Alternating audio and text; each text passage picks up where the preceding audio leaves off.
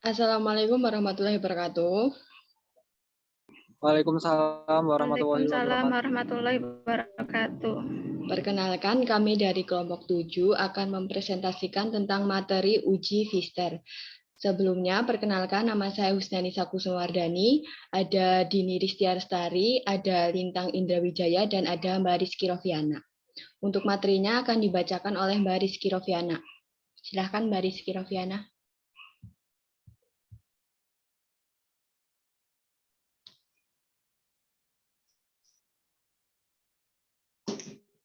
Next slide.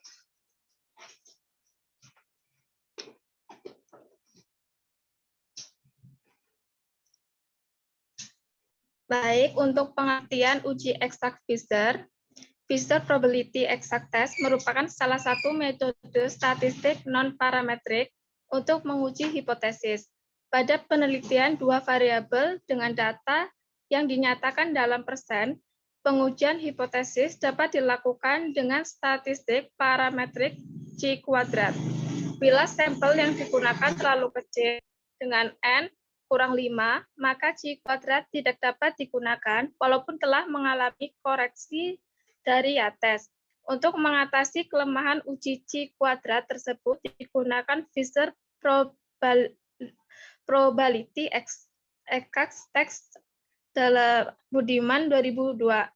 Menurut Sugiono 2005, uji eksak Pfister digunakan untuk menguji signifikasi hipotesis komparatif dua sampel kecil independen bila datanya berbentuk nominal. Untuk mempermudahkan perhitungan dalam pengujian hipotesis, maka data hasil pengamatan perlu disusun ke dalam tabel kontingensi 2x2 menurut Sugiono 2005.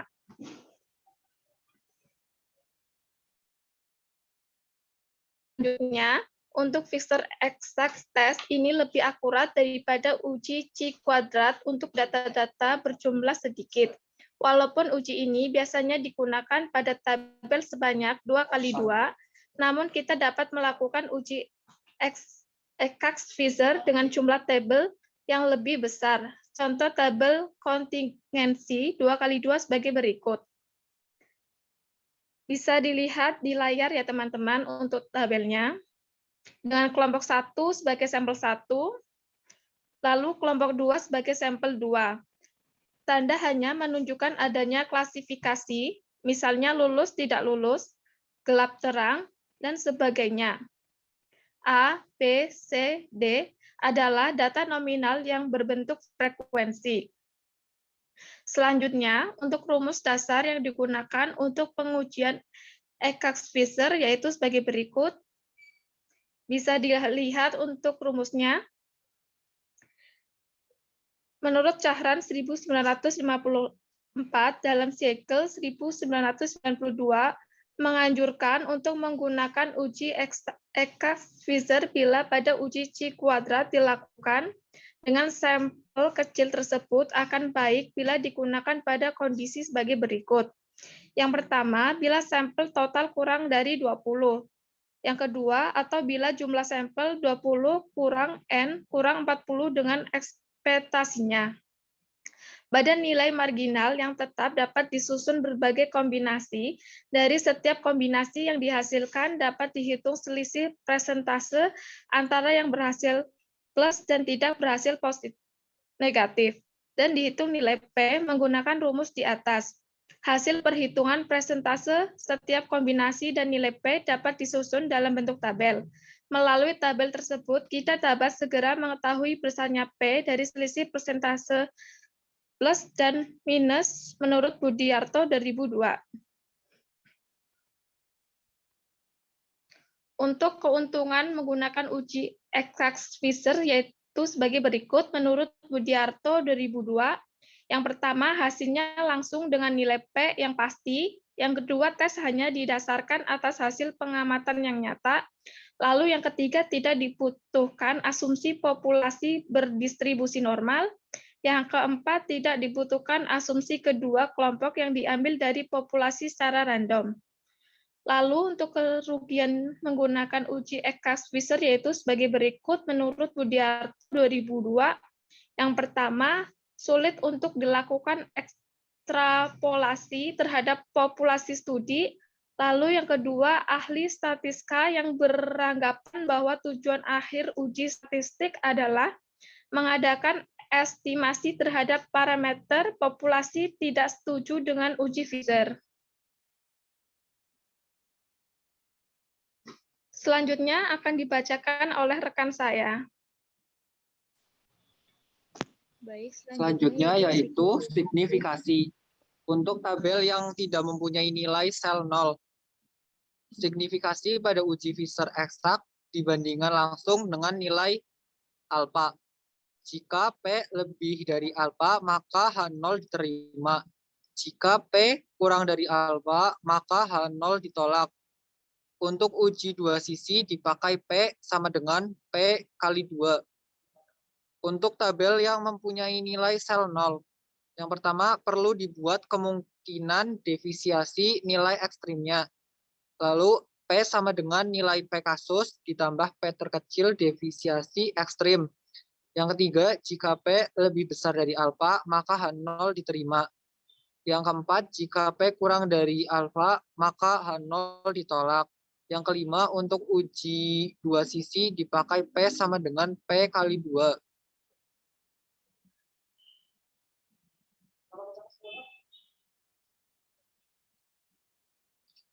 Contoh pengaplikasian.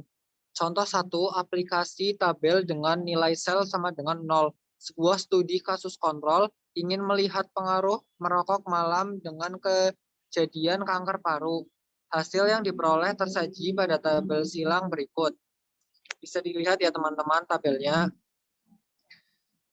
Apakah ada perbedaan antara kebiasaan merokok malam dengan kejadian kanker paru pada perokok pada alfa sama dengan 5%? Lalu ada hipotesis H0 sama dengan P lebih besar dari alfa. Tidak ada asosiasi data antara kebiasaan merokok malam dengan kejadian kanker paru pada perokok. Yang kedua ada H0 sama dengan P lebih kecil dari alfa. Ada asosiasi data antara kebiasaan merokok malam dengan kejadian kanker paru pada perokok. Alfa sama dengan 5%. Rumusnya bisa dilihat ya teman-teman. Lalu ada penyelesaian. Karena ada nilai sel sama dengan 0, maka tidak perlu dicari defisiasi ekstrim. Lalu kesimpulan. Yang pertama, uji 1 sisi P sama dengan 0,114 lebih besar dari alfa sama dengan 0,05. Yang kedua, maka H0 diterima. Yang ketiga, pada uji dua sisi P sama dengan 0,114,2 sama dengan 0,228 lebih besar dari alfa sama dengan 0,05. Sehingga H0 diterima. Jadi, baik pada uji satu sisi maupun dua sisi, kita menyimpulkan tidak ada perbedaan yang bermakna antara mereka yang merokok maupun tidak merokok pada malam hari terhadap kanker paru. Next.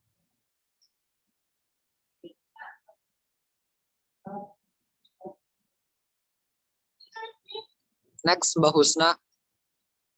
Oh, udah ya? Contoh pengaplikasian yang selanjutnya, contoh dua aplikasi tabel yang tidak mempunyai nilai sel sama dengan 0. Sebuah studi kasus kontrol ingin melihat pengaruh merokok malam dengan kejadian kanker paru. Hasil yang diperoleh tersaji pada tabel silang berikut. Bisa dilihat ya teman-teman. Apakah ada perbedaan antara kebiasaan merokok malam dengan kejadian kanker paru pada perokok pada alfa sama dengan 5%? Hipotesisnya, H0 P lebih besar dari alfa. Tidak ada asosiasi data antara kebiasaan merokok malam dengan kejadian kanker paru pada perokok. Lalu H0 sama dengan P lebih kecil dari alfa, ada asosiasi data antara kebiasaan merokok malam dengan kejadian kanker paru pada perokok. Alfa sama dengan 5%, rumusnya bisa dilihat ya teman-teman. Lalu untuk penyelesaian, karena tidak ada sel yang nilainya 0, maka kita perlu membuat kemungkinan defisiasi nilai ekstrimnya. Tabelnya bisa dilihat ya teman-teman. Lalu hitung nilai P. Cari nilai P dari masing-masing tabel. P1 sama dengan 0,0048, nilai P terkecil. P2 sama dengan 0,0571, nilai P kasus. P3 sama dengan 0,1714, lalu P4 sama dengan 0,1143. Maka P sama dengan P2 ditambah P1 sama dengan 0,0570 ditambah 0,0048 sama dengan 0,0619. Uji satu sisi. P vs alfa. 0,0619 lebih besar dari 0,05, yang artinya gagal ditolak H0.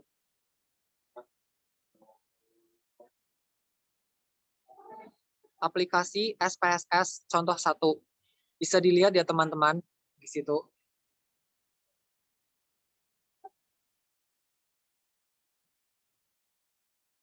Aplikasi SPSS contoh 1, input data. Bisa dilihat ya teman-teman. Lalu ada weight cases.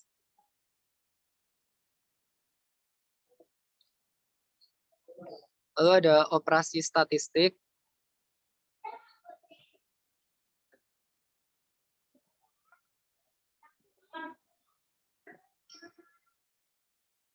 Lalu ada output.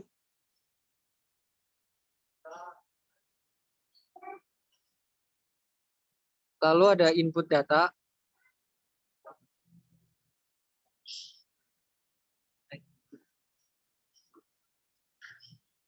Lalu ada operasi statistik.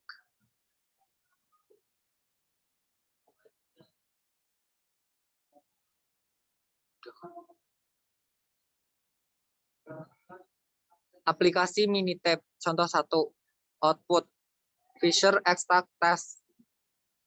P value 0,142857. P value lebih besar dari alfa, gagal tolak H0. P value lebih kecil dari alfa, tolak H0.